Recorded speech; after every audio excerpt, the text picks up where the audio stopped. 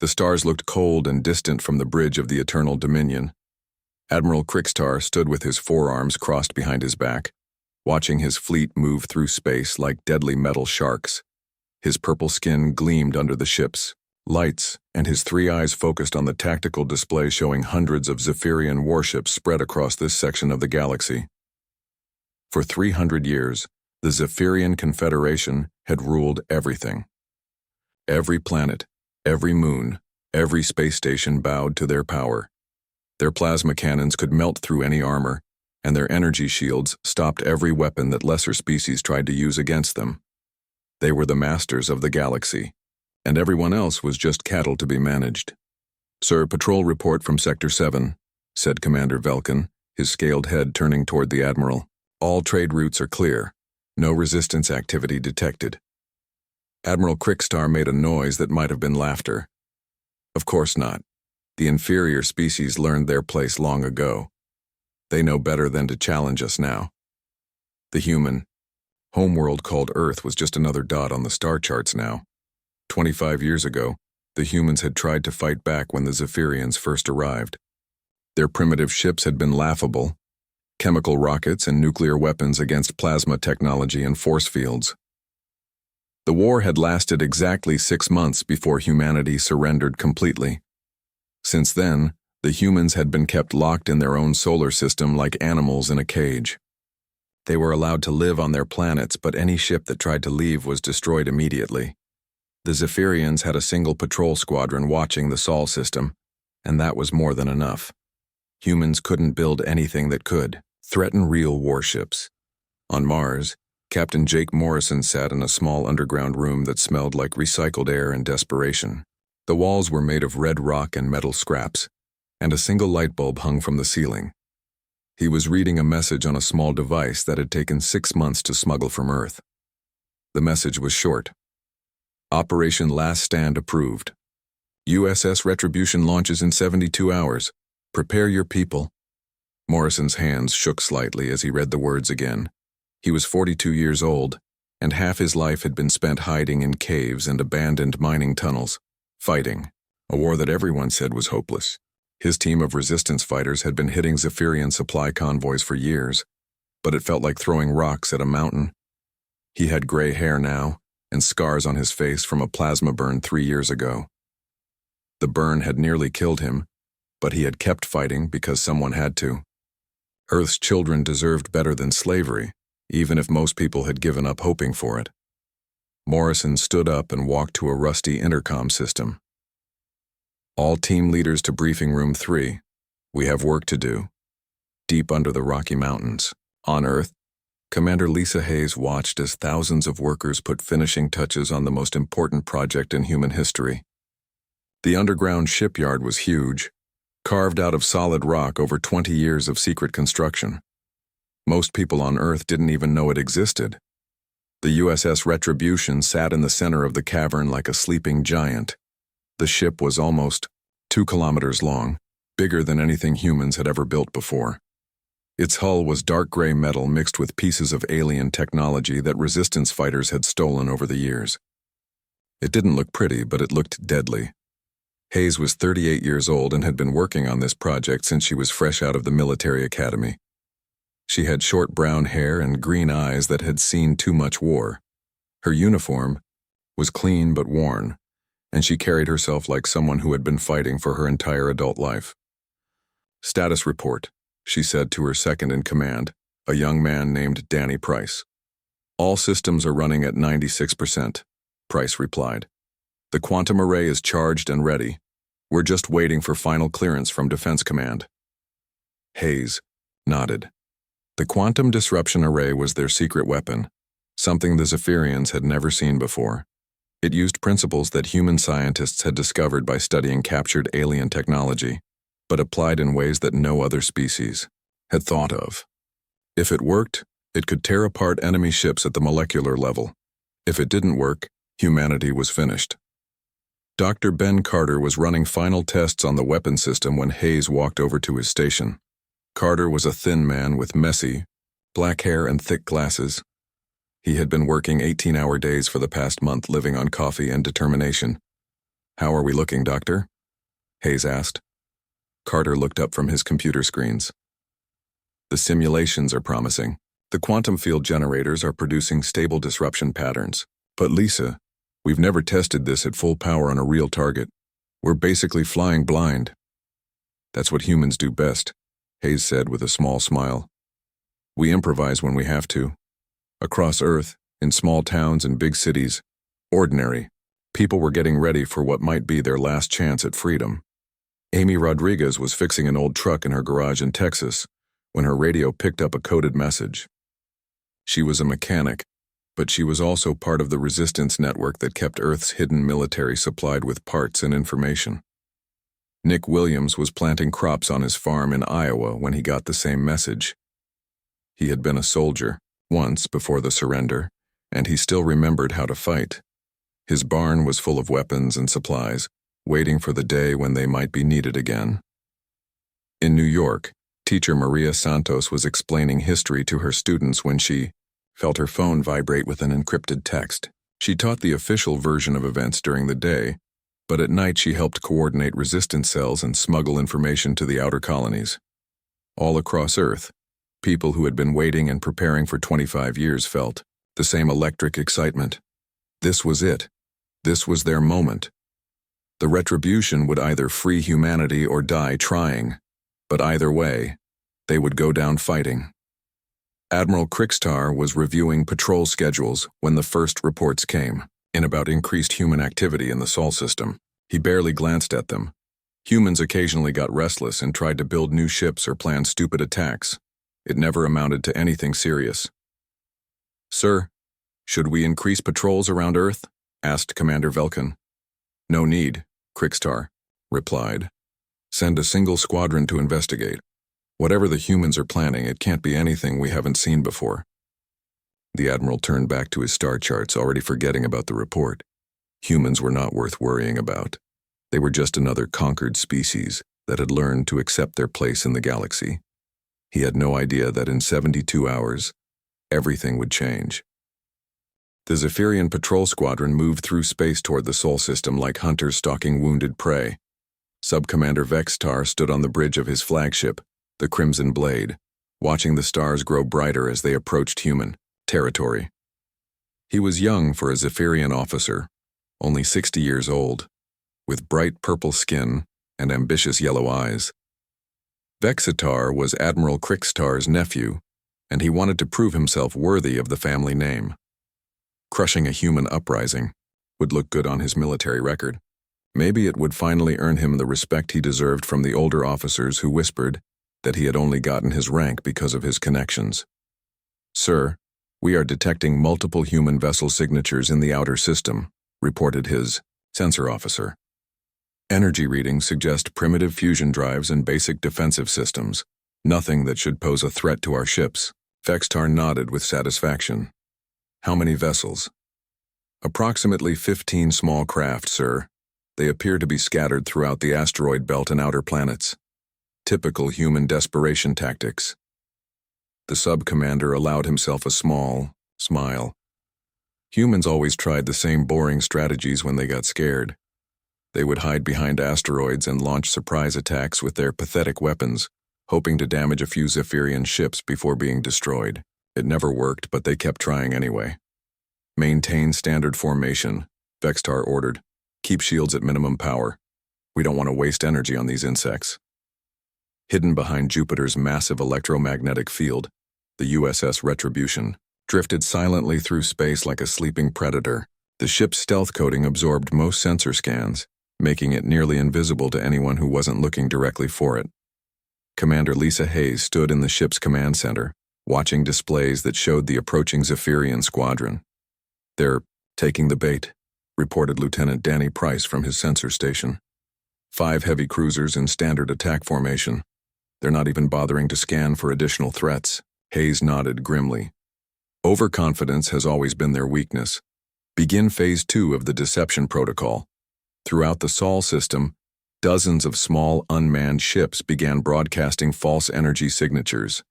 Each decoy vessel was designed to look like a desperate human fighter craft, complete with fake weapon signatures and simulated crew communications. The real human resistance fighters were hiding in completely different locations, waiting for their moment to strike. Dr. Ben Carter monitored the quantum disruption array from the Retribution's weapon control room. The massive device hummed with barely contained energy, ready to unleash forces that could tear apart the fundamental building blocks of matter itself. But they would only get one chance to surprise the enemy, and timing was everything. "The array is at full charge," Carter reported over the intercom. "All targeting systems are online and ready." Hayes felt her heart beating faster as she watched the tactical display. Everything they had worked for over the past 25 years came down to the next few hours. If the plan failed, humanity would be finished. If it succeeded, they might finally have a chance at freedom. On Mars, Captain Jake Morrison received the coded signal that meant the operation was moving to Phase 2. He gathered his team of resistance fighters in their underground base, looking at faces that had been hardened by years of guerrilla warfare. Some were young people who had never known freedom. Others were veterans of the original war who had refused to give up. "This is it, people," Morrison said quietly. "We've been preparing for this moment our entire lives. The Retribution is in position, and the enemy is walking into our trap. Our job is to make sure they don't suspect anything until it's too late." Amy Rodriguez was one of Morrison's best pilots, a former mechanic who had learned to fly captured Zephyrian fighters through pure determination. She sat in the cockpit of her small ship, hidden inside a hollowed-out asteroid waiting for the signal to launch. Nick Williams was stationed at a different asteroid base with 3 other fighters. His job was to harass the enemy ships and make them think they were facing a standard human resistance attack. It was dangerous work, but someone had to sell the deception. The Zephyrian squadron spread out as they entered the inner Sol system, their sensors picking up human vessel signatures, exactly where their intelligence reports had predicted. Sub-Commander Vextar felt a surge of satisfaction as he watched his tactical display fill with red dots representing enemy targets. "Sir, the humans appear to be using hit-and-run tactics," reported his tactical officer. "Small groups of fighters are moving between asteroid cover, probably planning ambush attacks." "Predictable," Vextar said with contempt. "They haven't learned any new tricks in 25 years. Begin standard engagement pattern. Target the largest concentrations of enemy vessels first." The Zephyrian ships moved deeper into the system, their plasma cannons charging as they prepared to destroy another pathetic human uprising. None of them noticed the massive energy signature slowly moving out from behind Jupiter, still too far away to be detected by their routine sensor sweeps. Morrison's fighters began their attack runs right on schedule, launching missiles and energy beams at the alien ships from carefully chosen positions. The weapons did almost no damage to the Zephyrian shields, but that wasn't the point. The point was to make the enemy feel confident and superior, while gradually herding them toward the killing ground. "Human fighters attacking from Sector 7, reported the Crimson Blade's sensor officer. "Minimal damage to our shields. Should we pursue?" "Not yet," Vextar replied. "Let them exhaust their weapons first. Then we'll crush them all at once and end this pathetic resistance once and for all." The sub-commander was so focused on the small human fighters that he completely missed the massive ship approaching from the direction of Jupiter. The Retribution was still too far away to appear on their sensors, but it was getting closer every minute. Commander Hayes watched the enemy formation continue to move exactly where her tactical computers had predicted they would go. The Zephyrians were following their standard doctrine perfectly, treating this like just another routine suppression mission against an inferior enemy. "Distance to optimal firing position?" Hayes asked quietly. 18 minutes at current speed, Lieutenant, Price replied. "The enemy will be in the center of our targeting zone in 22 minutes. Hayes took a deep breath. 22 minutes until humanity either won its freedom or died fighting for it. Around her, the crew of the Retribution worked with quiet efficiency, checking systems and preparing for the most important battle in human history. In his command chair, Sub-Commander Vextar smiled as he watched human fighters scatter before his advancing squadron. This was going to be easier than he had expected. Soon he would return to the main fleet with news of another successful extermination mission, and maybe finally earn the respect he deserved. He had no idea that death was approaching from behind. Jupiter carried by the deadliest ship humanity had ever built. Sub-Commander Vextar stood confidently on his bridge as the Crimson Blade led 4 other Zephyrian cruisers deeper into the Sol system. The human fighters were behaving exactly as expected, making desperate attacks from behind asteroids and then running away when the superior alien ships returned fire. It was almost boring. "Sir, we have destroyed 3 human fighters in the past hour," reported his weapons officer. "The remaining vessels are retreating toward the inner planets." "Good," Vextar replied. "Maintain pursuit. I want to end this quickly so we can report back to Admiral Krikstar that the human problem has been solved permanently." The young sub-commander was already imagining the praise he would receive from his uncle and the other senior officers. This easy victory would prove that he deserved his rank, that he was more than just a relative riding on family connections. Behind Jupiter, Commander Lisa Hayes gave the final order that would change everything. "All stations prepare for combat reveal. Cut stealth systems and bring the Retribution to full power." The massive human ship began to emerge from behind the gas giant like a metal moon coming out of eclipse. 2 kilometers of dark hull bristled, with weapons that no alien species had ever seen before. The quantum disruption array at the ship's heart hummed with enough energy to tear apart the fabric of reality itself. "Stealth field disabled," reported Lieutenant Danny Price. "All systems showing green. We are ready for battle." Hayes felt her mouth go dry as she stared at the tactical display. 25 years of preparation came down to the next few minutes. Either humanity would strike a blow for freedom, or they would die trying. "Dr. Carter, status on the quantum array?" Ben Carter's voice came through the intercom, tense with excitement and fear. "Array is at full charge and ready to fire. Target selection is yours, Commander." On Mars, Captain Jake Morrison watched his fighters execute the final phase of the herding operation. Amy Rodriguez and Nick Williams led their small ships in what looked like a panicked retreat, but they were actually guiding the Zephyrian squadron into the perfect position for the Retribution's attack. "All units, this is Morrison," he broadcast on a secured channel. "The big moment is here. Make it count."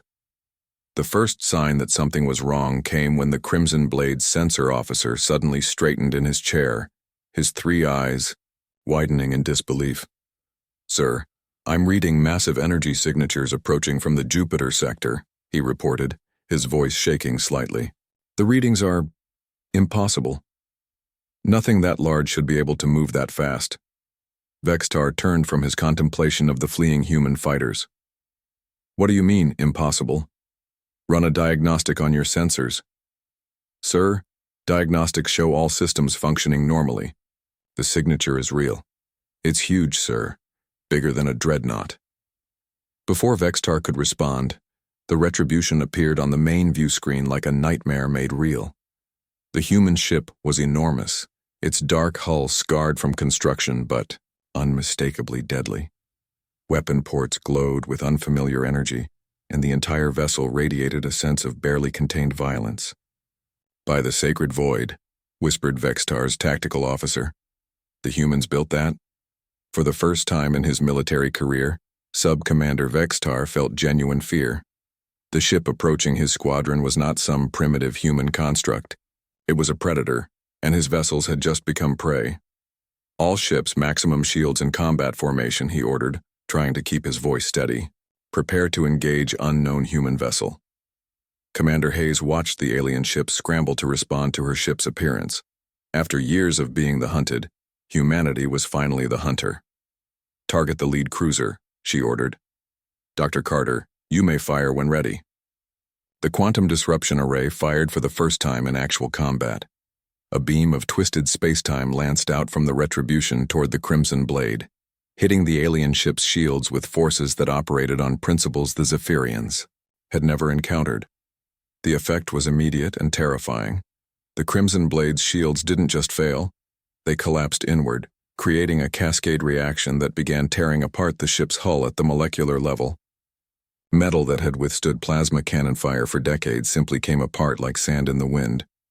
Vextar had exactly 3 seconds to realize that his ship was disintegrating around him before the bridge collapsed and everything went dark. "Tew," Other Zephyrian cruisers opened fire immediately, their plasma cannons hurling streams of superheated energy toward the human ship. The weapons that had destroyed countless worlds struck the Retribution's shields and simply disappeared, absorbed by defensive fields that operated on quantum principles. "No damage to our shields," reported Lieutenant Price, his voice filled with amazement.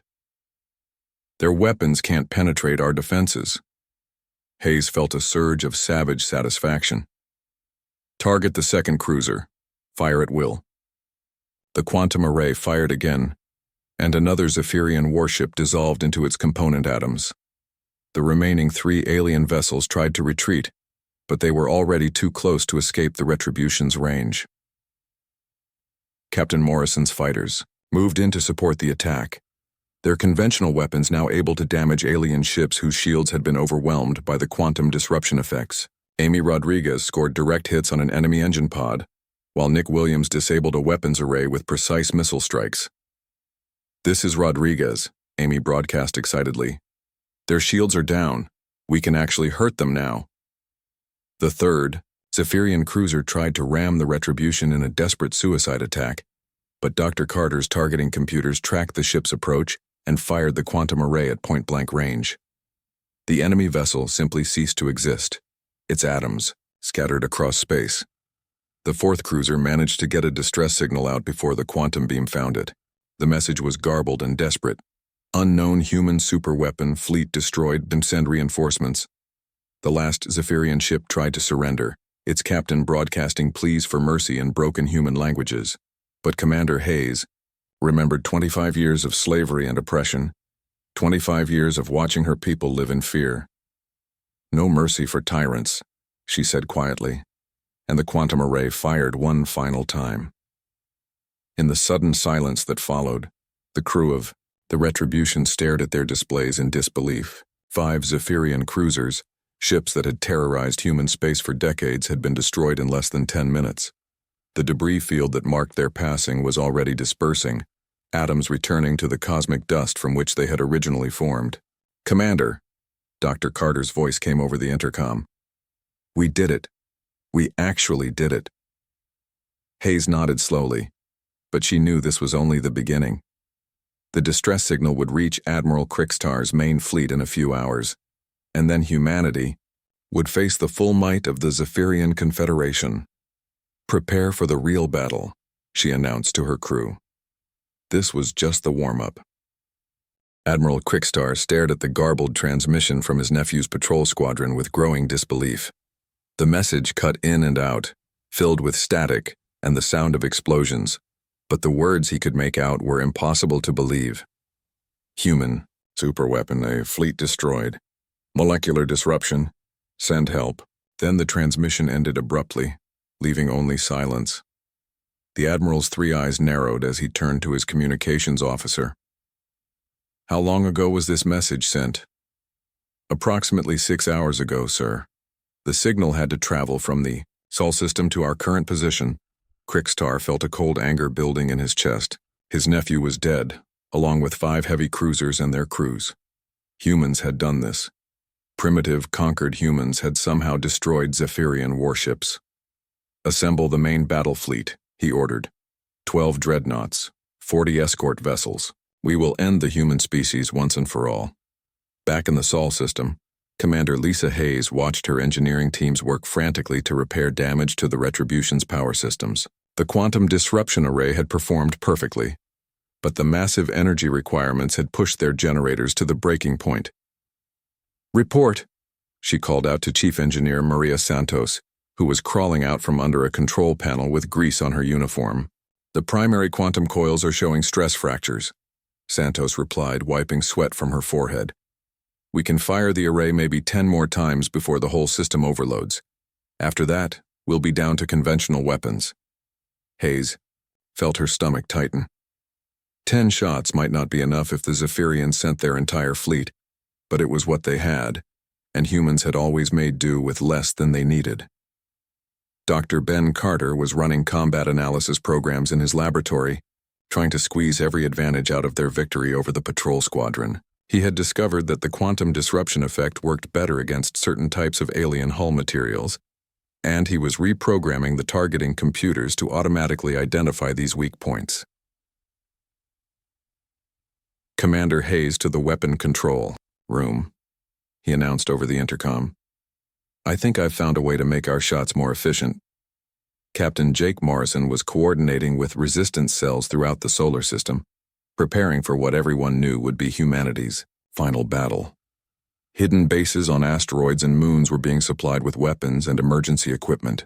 If the Retribution fell, the fight would continue from every rock and cave where humans could hide. Amy Rodriguez was refueling her fighter at a secret base inside Ceres when she received Morrison's latest orders. The plan was simple, but dangerous. Human fighters would swarm the Zephyrian fleet, using their small size and maneuverability to confuse the enemy's targeting systems, while the Retribution delivered killing blows with the quantum array. "It's a suicide mission," Nick Williams said over the radio as he checked his ship's weapons. "But I can't think of anywhere I'd rather die than fighting for Earth's freedom." The Zephyrian main fleet arrived in the outer Sol system like a plague of metal locusts. 12 massive dreadnoughts led the formation, each one 3 times larger than the Retribution and armed with enough firepower to level continents. The 40 escort vessels spread out around them in a perfect sphere, designed to prevent any single enemy ship from getting close enough to cause real damage. Admiral Krickstar stood on the bridge of his flagship, the Eternal Dominion, studying the tactical displays that showed the human ship waiting near Earth's orbit. The vessel was impressive for human construction, but it was still just one ship against his entire fleet. "Sir, sensors confirm 1 large human vessel and approximately 50 small fighter craft," reported his sensor officer. "The main ship appears to be the source of the quantum weapon that destroyed the patrol squadron. Then we destroy it first," Krickster replied coldly.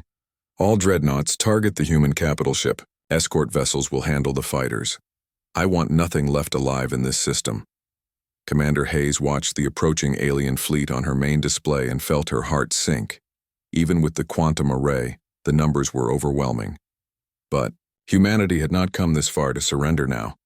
"All fighters begin attack pattern Omega," she broadcast to Morrison's scattered squadrons. "Give them everything you've got." The space around Earth erupted into chaos as human fighters swarmed toward the Zephyrian formation, like angry bees defending their hive. Amy Rodriguez led her squadron in a desperate charge against one of the dreadnoughts, her small ship weaving between plasma cannon blasts that could have vaporized her in an instant. The Retribution began moving toward the enemy fleet, its quantum array charging for the first shot of the battle. Dr. Carter had calculated that they needed to destroy the command ships first, hoping to disrupt the aliens' coordination and give the human fighters a better chance. "Target locked on the flagship," Carter reported, firing quantum array. The beam of twisted space-time lanced across the void toward the Eternal Dominion, but Admiral Krickstar had learned from his nephew's fate. The dreadnought's shields were at maximum power, and the quantum disruption effect was partially absorbed by the massive energy barriers. The alien flagship shuddered and lost some of its shield strength, but it did not disintegrate like the smaller cruisers had. Instead, it returned fire with every weapon it possessed, sending streams of plasma toward the Retribution. Hayes felt her ship shake as the alien weapons struck their quantum shields. The defensive barriers held, but warning lights flashed across. The bridge's power system struggled to maintain protection against such massive firepower. "Shields holding at 60%, reported Lieutenant Price. "But we can't take many more hits like that." The battle became a deadly dance as the Retribution moved between the Zephyrian capital ships, firing the quantum array whenever it had a clear shot. Each beam destroyed or crippled an enemy vessel, but there were so many targets that progress seemed impossible. Nick Williams screamed in fury as his fighter dove toward a dreadnought's weapon batteries, firing everything he had at the alien gunports. His missiles caused small explosions on the enemy hull, creating brief gaps in their defensive fire that other human pilots exploited. Morrison's fighters were taking heavy casualties, but they kept attacking with the desperate courage of people who knew they were fighting for their children's future. Every second they survived was another chance for the Retribution to strike a killing blow against the alien fleet. "We're losing too many fighters," Hayes observed grimly as she watched red dots disappear from her tactical display. Dr. Carter, how many more shots do we have? 6 charges remaining in the quantum array, Carter replied. But Commander, I'm reading massive power buildup from the remaining dreadnoughts. They're preparing some kind of coordinated attack. Admiral. Crickster had seen enough. The human weapon was dangerous, but his fleet still had overwhelming numbers. It was time to end this fight before the aliens lost any more ships. All remaining vessels converge on the human ship, he ordered. Concentrate. All firepower on their position. Turn that ship into atoms. 8 surviving dreadnoughts and 30 escort vessels began moving toward the Retribution in a tightening circle of death, their weapons glowing with barely contained energy. Commander Hayes realized that her ship was about to face more firepower than any vessel in history had ever survived. This is it, she announced to her crew. Whatever happens next, remember that we fought for humanity's freedom. No one can ever take that away from us. The final phase of the battle was about to begin. The space around Earth blazed with weapons fire as 8 Zephyrian dreadnoughts and 30 escort vessels closed in on the USS Retribution like a pack of metal wolves. Commander Lisa Hayes gripped her command chair as plasma beams struck her, ship's quantum shields, each impact sending shock waves through the hull. Shields down to 30%, reported Lieutenant Danny Price, his voice tight with strain. We can't take much more of this concentrated fire. Hayes watched her tactical display as the enemy circle grew tighter. In a few more minutes, the Ike-Idar alien ships would be close enough to overwhelm even the Retribution's advanced defenses. But she had not brought humanity this far to give up now. Dr. Carter, status on the quantum array? 5 shots remaining, came the reply from the weapon control room. But Lisa, even if we destroy 5 more ships, there will still be too many left. Hayes closed her eyes for a moment, thinking of everyone who had died to bring them to this point. Her parents, killed in the original invasion. The resistance fighters who had given their lives stealing alien technology. The engineers who had worked themselves to death building the Retribution in secret. Then we make those 5 shots count, she said quietly. Target the flagship. If we can kill their admiral, maybe the rest will lose coordination. The quantum disruption array fired again, its twisted beam of space-time striking the Eternal Dominion's weakened shields. This time the effect broke through the alien defenses and began tearing at the dreadnought's hull. Admiral Crickstar felt his ship shudder as entire sections simply ceased to exist. All decks damage report, he ordered, his voice betraying the first hint of fear he had felt in centuries. Sir, we've lost 40% of our primary hull, his damage control officer reported. The quantum weapon is destroying our ship at the molecular level. We need to retreat to minimum safe distance. For the first time in his long military career, Admiral Crickstar faced an enemy that could actually hurt him. The primitive humans had somehow developed a weapon that made his technological superiority meaningless. But retreating would mean admitting that a lesser species had defeated the mighty Zephyrian Confederation. All ships maintain attack formation, he ordered through gritted teeth. We will not be defeated by these inferior creatures.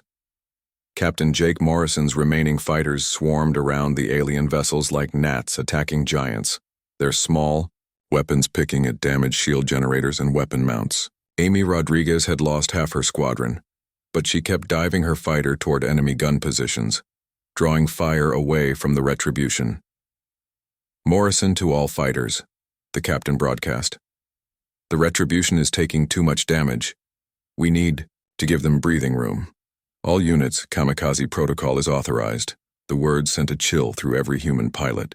Kamikaze protocol meant ramming attacks against the alien ships, trading their lives for damage that might help the Retribution survive. But not one pilot hesitated. Nick Williams was the first to respond. Copy that, Captain. It's been an honor, flying with you all.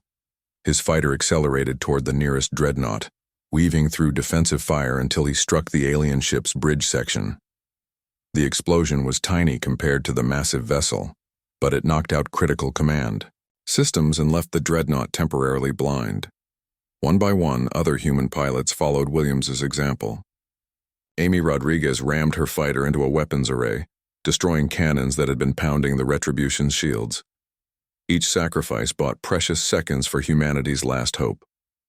Dr. Ben Carter watched the power levels on his quantum array and realized they had a problem.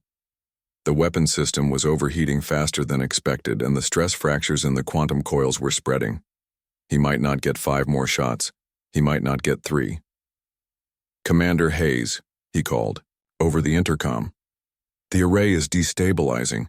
We have maybe 2 more shots before the whole system fails." Hayes felt her heart sink, but she kept her voice steady. "Then we make them the best 2 shots in human history. Target selection is yours, Doctor." Carter studied his targeting display, looking for the shots that would do the most damage to the alien fleet. The flagship was already badly damaged. If he could finish it off, the remaining ships might lose coordination. Then maybe, just maybe, the conventional weapons could handle what was left. "Targeting the Eternal Dominion," he announced, firing quantum array. The beam struck Admiral Krickstar's flagship, just as the alien commander was ordering his remaining ships to ram the human vessel. The quantum disruption effect spread through the dreadnought's hull like a virus, unmaking the atomic bonds that held the great ship together. Krickstar had just enough time to realize that he had been defeated by the species he had dismissed as primitive animals.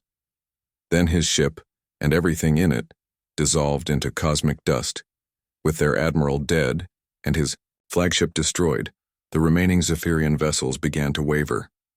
Some captains wanted to continue the attack, but others argued for retreat. In the confusion, their formation began to break apart. "1 shot left," Dr. Carter reported. "But the quantum coils are failing. This has to be the last one." Hayes looked at her tactical display and picked the largest remaining target, a dreadnought that was still trying to coordinate the alien attack. Fire. The final shot from the quantum array struck true, destroying the second-largest ship in the alien fleet. But as the enemy vessel disintegrated, warning alarms began screaming throughout. The retribution. The quantum weapon system was collapsing, taking several power conduits with it. "Quantum array is offline," Carter announced. "We're down to conventional weapons only." The remaining Zephyrian ships, 6 dreadnoughts, and 20 escort vessels, regrouped and prepared for a final assault. But something had changed in their formation. They moved hesitantly, like predators who had suddenly realized their prey had claws. Hayes activated the ship-wide communication system. "All hands, this is the commander. We've destroyed half their fleet with 6 shots from a weapon we built in a cave. Now let's show them what humans can do with regular guns." The Retribution's conventional weapons opened fire with everything they had. Plasma cannons, missile tubes, and railguns sent streams of destruction toward the alien fleet. The weapons weren't as powerful as the quantum array, but they were fired by humans who had nothing left to lose. The battle raged for another hour, but the outcome was never really in doubt. The Zephyrian captains had seen their supposedly invincible fleet cut in half by human ingenuity. Their confidence was broken, and confident soldiers fight better than scared ones. When the last alien ship exploded under concentrated fire from the Retribution's guns, Commander Hayes slumped in her command chair and stared at the debris field that had once been the most powerful fleet in the galaxy. "Commander," Lieutenant Price said quietly, "we're receiving surrendered transmissions from Zephyrian forces throughout the outer colonies. News of our victory is spreading faster than light-speed communications. The entire Confederation is collapsing." Hayes nodded slowly, hardly able to believe it was over. 25 years of slavery and oppression had ended with one desperate battle and a weapon built from stolen technology and human determination. "Send a message to all human colonies," she ordered. "Tell them that Earth is free, and any alien who wants to keep us down will have to go through the deadliest ship in the galaxy. The age of human submission was over. The age of human expansion had begun,